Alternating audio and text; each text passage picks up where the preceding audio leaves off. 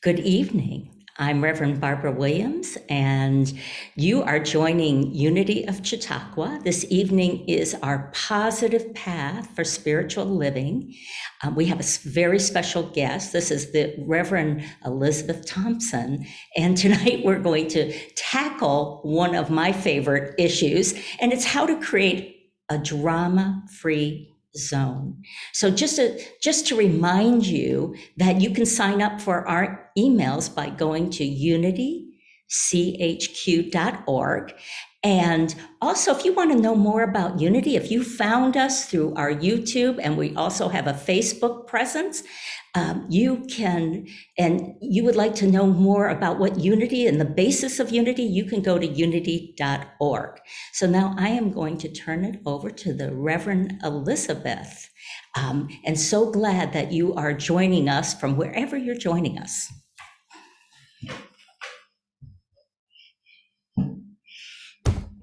We're playing musical chairs tonight, and it's a joy to be here, Barbara. And if you have some questions, you can put them in on the chat zone, or you can send them to Barbara, and she will forward them to me, or you can write me personally at holyhi, HOLYHI @gmail.com. I consider myself a drama specialist. That is, I've been in ministry for over 30 some years, and I've seen it all. And the beautiful thing about ministry is that we have people from all walks of life with all kinds of drama. There's a quote that I love to think about when I'm doing this workshop. It says, "Drama does not just walk into your life. You either create it, invite it, or associate with it." And a drama zone is a highly charged, emotionally reactive situation.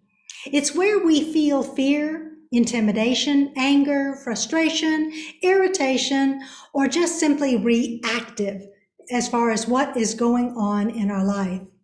And all we have to do is look at the newspaper, hear the news, or watch people's reactions to political events, to COVID, to their own situations when they're in the grocery store line or the bank line. For me personally, it's when I'm driving in town and someone decides to go 10 miles under the speed limit.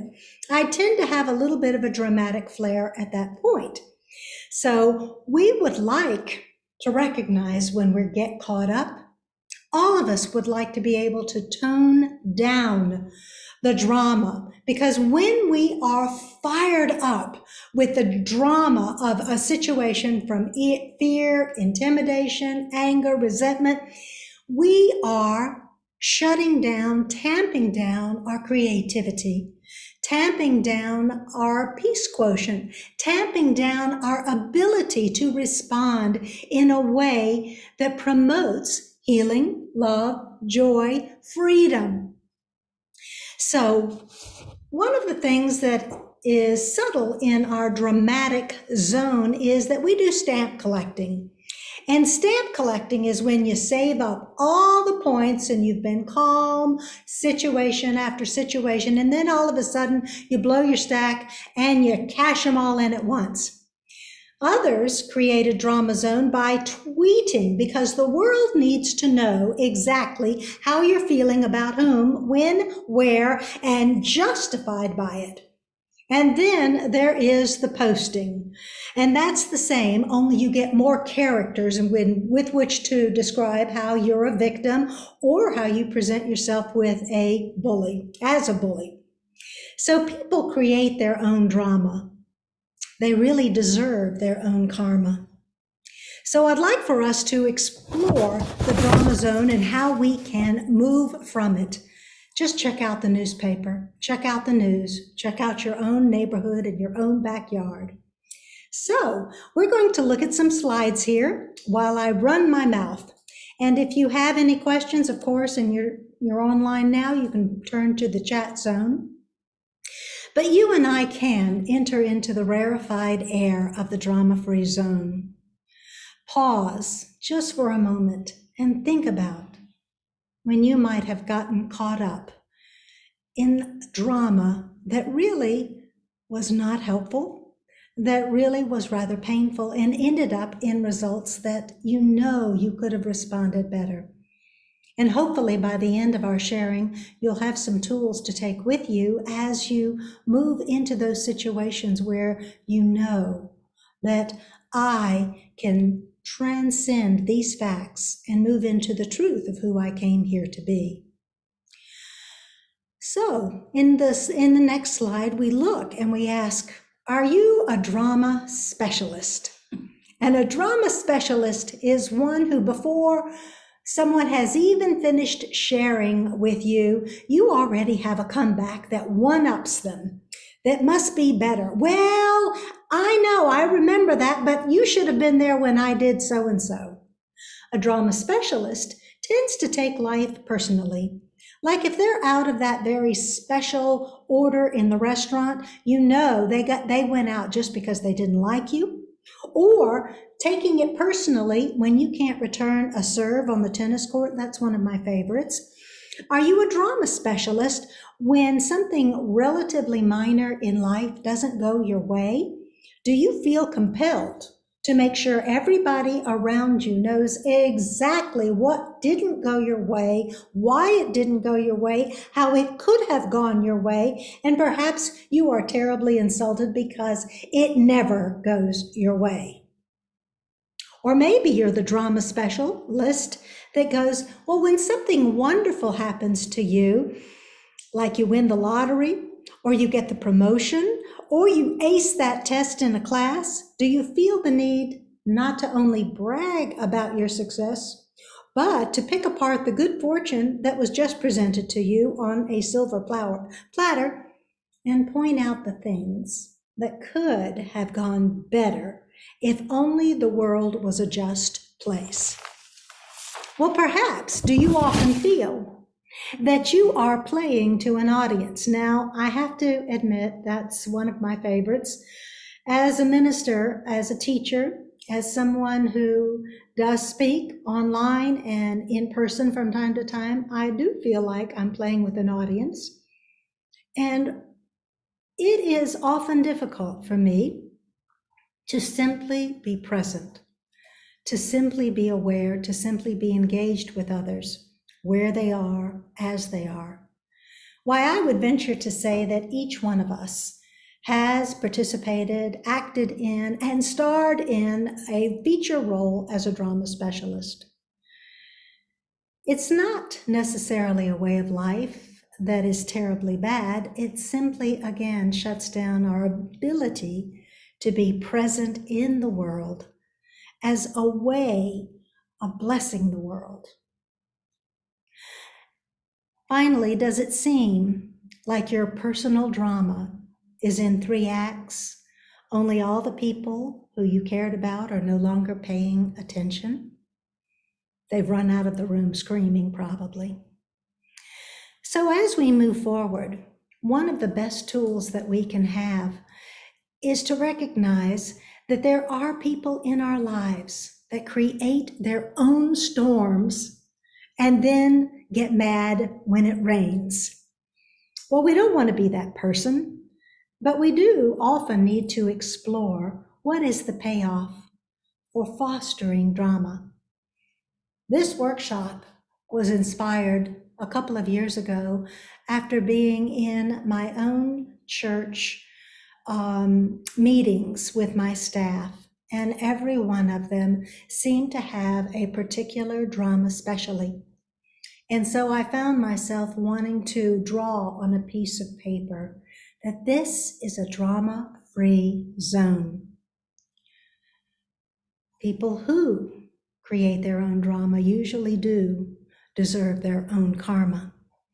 But when we understand that each one of us has a purpose, a mission, and a vision, then we tap into that part of us that begins the journey on a spiritual quest, perhaps even with a dramatic flair, but without creating all the chaos and the turmoil that the drama that goes with it creates.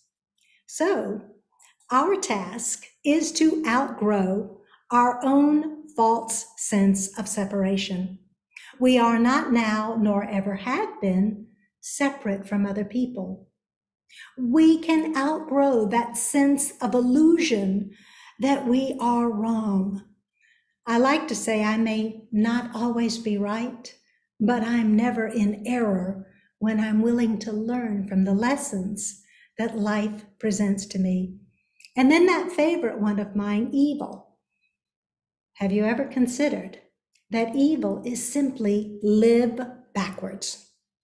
And once we recognize that we no longer have to go backwards in life, we can outgrow this false sense that the world is doing it to us. And once we do this, we begin to awaken to our own authentic power. We begin to own our power, and we live from our power as the power itself. That's when we begin to experience the path of mastery, the path of joy, the path of awakening. This is the place where we can recognize that it is safe to freely express who we are and who we have come here to be. And yes, we can even along this journey recognize that yes, there's chaos, there's messes, there's unintended activities that tend to thwart our progress.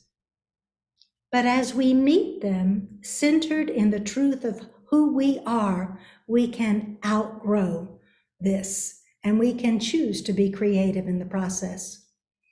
Think back on this past year, how COVID that forced everybody indoors back to their own home space was a wealth of innovation where people went back in and created their own home offices. Many people had the opportunity to get closer to their children by homeschooling. Not for everyone, but those of us who looked the problem straight in the face and said, this will not conquer me, are those that rise above the drama.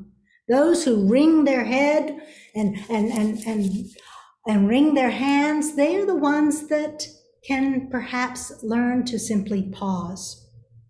What is a drama-free zone? It is simply a safe place to express. We express who we are, where we are, as we are. And we honor the sometimes messy space, the chaotic creative process. And we make room for a dialogue with ourselves, with others, and we appreciate the process and the art of disagreement that gives rise to a new connectedness. This is the pearl of wisdom. I don't have to be in agreement with another individual to honor the journey that brought them to this juncture. Drama is draining simply because we pick up on others' emotional state as well as the effects that cause certain actions within us, such as pain or sadness. We are truly empathetic beings. We can rise above this, we can be present with it. But the more we align with someone's pain, the less we can be a force for creating good. Empathy is a wonderful thing. It need not keep us from being present to another or diving into their own pain. So as we move forward, we recognize that we are learning how to recognize that we are no longer held hostage to our own emotions. One of the best days of my life has been when I've been no longer held hostage to the emotions of people in my family, or in churches, to the emotions of people on my board, or to the emotions and the drama of people on my staff. When it's a drama-free zone, I am able to be simply present to what's going on without identifying to the negative drama, the sense of separation, the frustration, and the irritation that others are experiencing. I can be, and you can be, as we practice some of these tools, we can be the calm in the midst of the storm. So we look at some of the terms of the drama specialist. We can be the arsonist that burns everything, gaslights everything. We can be the sabotage specialist. We can be the victim. We can be the persecutor. We can be the betrayer. We can be the throwdown king. One of the more subtle ones is we can be the passive aggressive specialist. We can be the take no prisoners individual. In churches, you'll find this often, and maybe in very creative spots, you will find the covert operator that secretly sabotages specialist. The drama zone creates many actors and actresses. Is there an individual in your life where you feel that you need to walk on eggshells? I know that I've heard people say, when I walk into the room, I feel like I'm always walking on eggshells. I would love to be free to be who I am without feeling like I'm going to insult or set off or trigger another person into a dramatic flare. There are these all too common thoughts. I never know what's going to happen when I enter this person's life, whether it's going home or going to work or interacting. I never know how I'm going to show up. How will I be triggered? How will I react if something happens? You know, my whole family thinks I'm a terrible sport, and I tend to live down to that expectation. Unfortunately, on either side is no way to live. Whether you're the person that's triggered or whether you're the person that is triggering. Think about the times when you've had conversations with another individual and you've said, you made me feel this way, or you made me do this. Pause and reflect. If there's ever a time we're tempted to say, I feel this way, or I did this because of you, we've just given away our power. Being in a drama-free zone is about taking back our power. Nobody ever made me think anything. There's no one on the planet that ever made me say anything. And there's no one in my life that ever makes me do anything. If I think, feel, say, or do, I own it. It's mine. And that's the first step to taking back the power. We recognize the drama setups in our life. We recognize the times when we feel that perhaps we have given 110% and still nothing happens. That's an eggshell setup. I deserve this. I deserve more. That's an eggshell moment. I do everything for this relationship, for this job, for this family. This is an eggshell moment. I deserve friends and spouses and co-workers who appreciate my efforts. For others, that's an eggshell moment. I'm such a nice person. I deserve a loving relationship. Why don't I have it? This is an eggshell moment. Why are people always walking all over me? And what did I do wrong? We recognize that it's time to transcend these eggshell moments and live into our sacred power. It's time to start flowing in life. The drama specialist has roots in our subconscious. And there comes a time when we can simply relax and pause and say, enough is enough. Admitting that we're triggered is a fabulous first step. Admitting that we are feeling less than is one of the most powerful admissions we can make. We recognize that we were not created less than. And if this is what we're feeling, sensing, thinking, and reacting to, then we can pause and take back our power. I've admitted, finally, after blah, blah, blah, blah, blah, so years that I've been on this planet, I'm not the best sport when I play. I perhaps will never be the best sport, but I am recognizing that I can play my personal best with whatever game or endeavor that I entertain. Pay attention to the inside voice, to the outside voice. Pay attention to the knee-jerk responses of the mind, the thoughts. Pay attention to the triggered feelings, even pay attention to the sensations. Why, I've gotten to the place when I play a game with someone, be it tennis or a card game, I can literally feel the body clamp down and tense up when I am at the edge of feeling that that card didn't show up because it hates me, or that ball didn't go into the right court because I wasn't being nice to that person.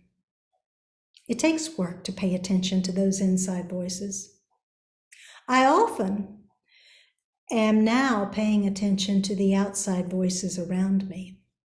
I'm pausing long enough to say what, and to think, what is that person's message behind the words? How can I be present and tune in to what they are really wanting of me? Maybe they do not want advice. Maybe they don't even want me to agree or disagree. Perhaps I can just be the presence that allows them their sacred space at this time and any time. The next one is taking ownership. Ownership of what we've been thinking and feeling. If I feel it, think it, do it, then I have power to shift it. And this power that I have, if I have thought a thought that has come around for the umpteenth time, like I never get in line at the bank behind the right teller, or I've been in the grocery line and that grocery line looked like it was the shortest, but now it's turned out to be the longest. Life must hate me. Take ownership of those twinges that come into our lives. Or one of my particular favorites is in our household. We have people that argue with the television.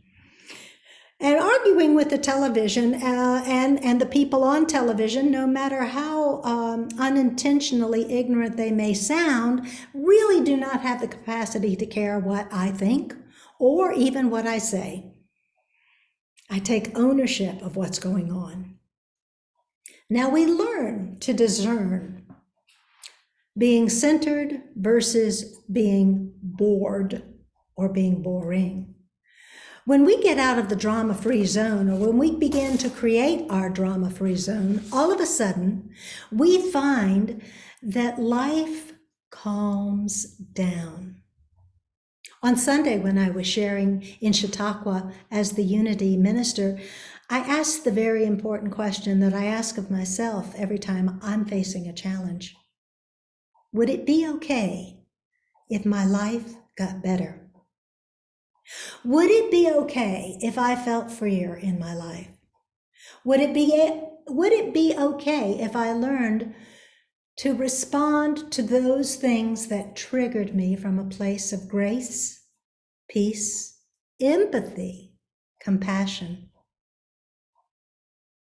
It would certainly be okay if when I am centered, that I learn to respond instead of react. Everyone is on a mission in life, and we are on this life to live our mission to the fullest. We're on this life to be empowered. I believe that we are walking this journey to be enlightened, to be the great light on this path to God. I believe we are all on a King Arthur's quest to take that sword out of the stone. Whatever your mission is, whatever your quest is, tamping down the drama, allowing the dramatic flair, will open you up to being a creative, empowered, enlightened, free agent. This means that you are now and always have been your own hero of your own journey. So we pay attention. We learn how to forgive ourselves and others instantly. The faster we do it, the quicker we will be free of it. There's a phrase that I learned from a prosperity workshop. It said, make amends quickly. And I've amended this a little bit, is if someone's thrown me the ball in my court of taking offense, I claim that ball quickly, apologize, amend very quickly, and then I've thrown it back in their court. What they do with it is up to them. It is no longer my concern. We imagine in moving from our drama zone into a drama-free, imaginative, innovative, creative, inspired life, we imagine that we are a part of a higher order of being. And we begin to claim this higher order. Miraculously, we wake up to the synergy and the synchronicity of life when we are no longer trampled down or triggered or wounded or insulted or offended or persecuted. Imagine the energy this frees up. There's a story in the gospel where the disciples are approaching Jesus and they're asking him, Master, Master, how many times must I forgive? And Jesus looks at them, you forgive 70 times 7. Powerful number in and of itself. It isn't meant to be taken literally. It's meant to be taken until you no longer take offense. How often do we practice these methods of paying attention to our thoughts and feelings, to forgiving ourselves and others, to imagine ourselves in a higher order of being? We practice and repeat until it is complete. I'm going to say that again. We practice and we repeat until we have no triggers. And how long will that take? I suppose eternity.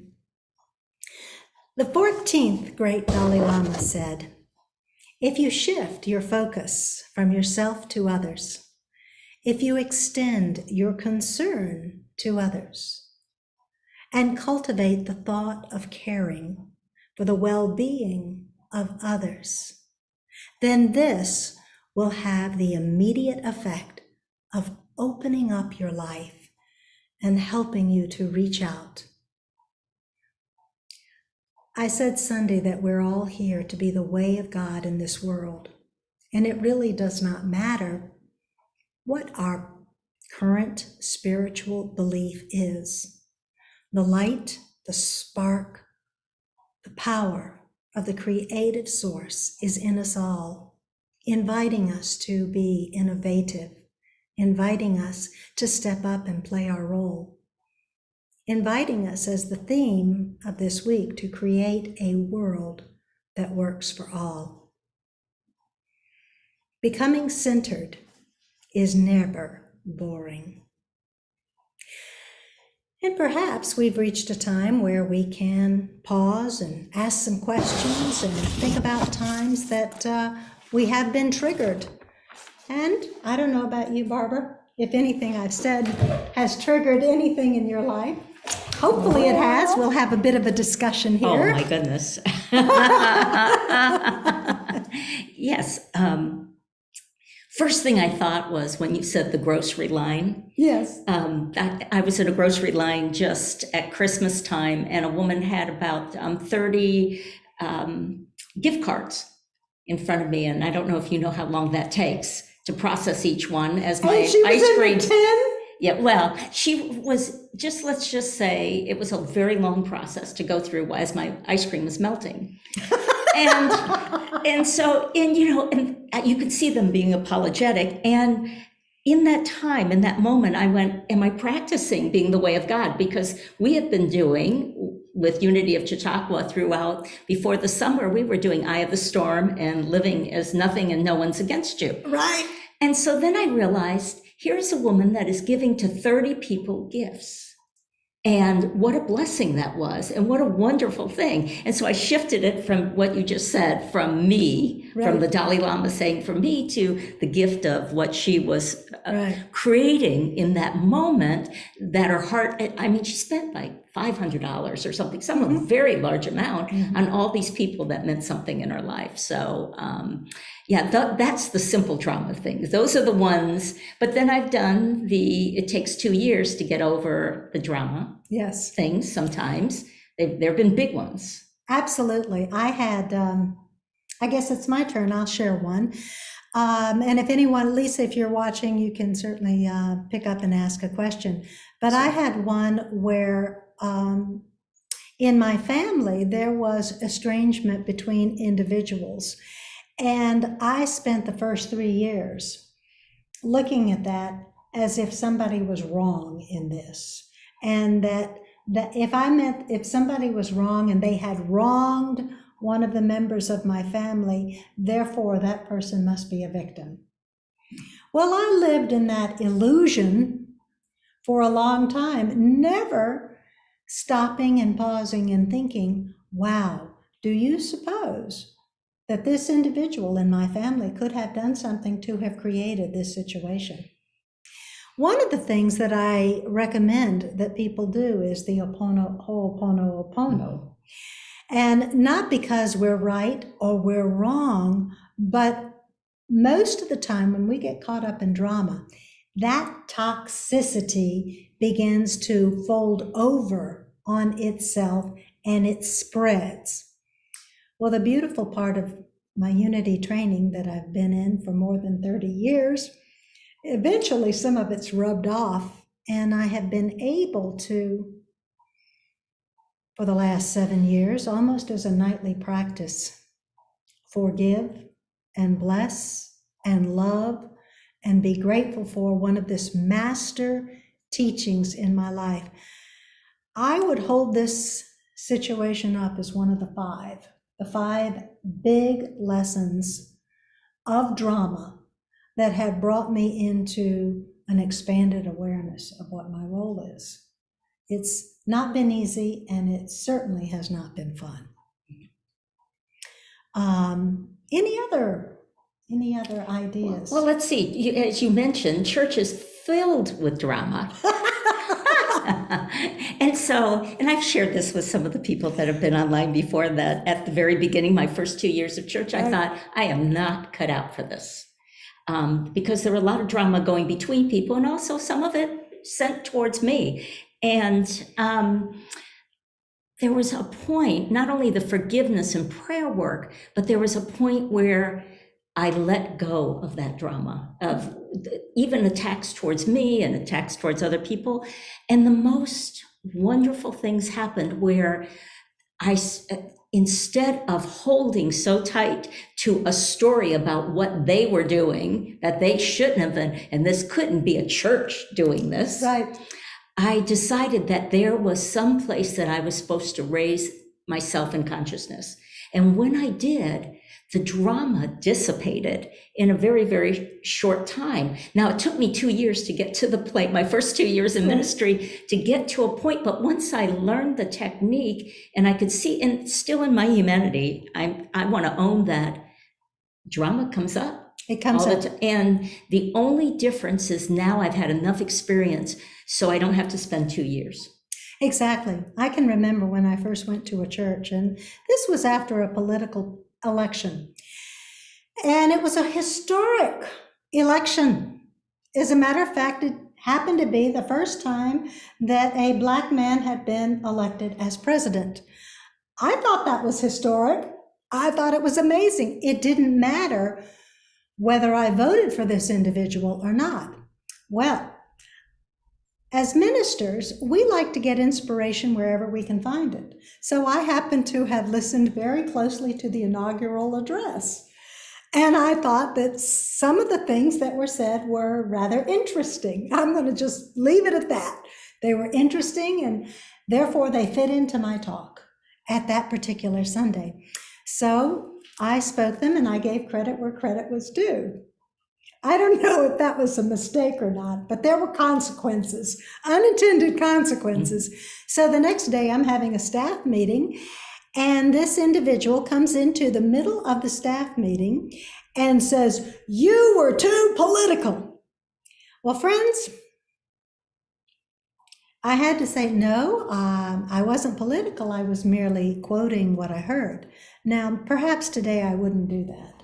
I would at least wait a couple of years, but it was hot off the press.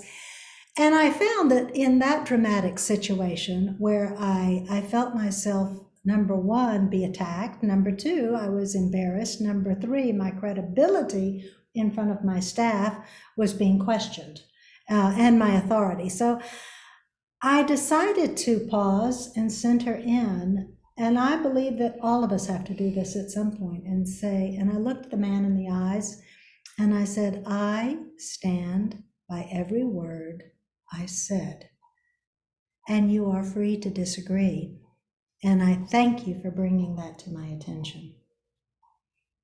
That is an example of throwing the ball back in their court. I didn't make them wrong. Mm-hmm. I believe if we want to de-escalate a triggered situation, we stop making ourselves or anyone else wrong. Mm-hmm. But that's one of the biggest lessons, that how courageous are we to stand in our truth without making somebody else wrong? Not so easily done. Just so you know, I had a person that did the same thing. I really? made a quote, yes. And I got a 3-page letter about how detestable I was and that they would never be back in a Unity church again. So the same thing. Yes. So, and you responded, I'm sure, in a loving way. Well, they didn't sign the letter, so I know who it was. Yeah, but but I had to do my own internal processing of it. Yeah. So even though I couldn't throw it back into anybody's court, I had to make peace with where my intention was. That it wasn't to put down another like a different belief system or anything. It was just to use a quote that felt very meaningful to what I was speaking at. And I realized I was in integrity. And that's what I see happening in Chautauqua when they bring all the varying views, where people are saying, this is my feeling, and I certainly respect somebody's right to have a different feeling. That does make all the difference in the world. And teaches us, because it expands so much our ideas when we hear different ideas with such respect. Yes. And today, or this whole week, we've been looking at an economy that works for all. And in Unity, we have, it's a movement that leaves no one out. Mm-hmm. These are hallmarks, as far as I'm concerned, of allowing us to move into the next dimension of living and thriving. And of course, I guess as we prepare to bring this time to a close, I am going to close with this idea of, would it be okay if life on this planet got better? And of course, the answer is yes. And if life gets better on this planet, let it begin with me. I want to thank you all for joining in. And I hope you have a blessed, blessed evening. And so I'm going to stop the recording.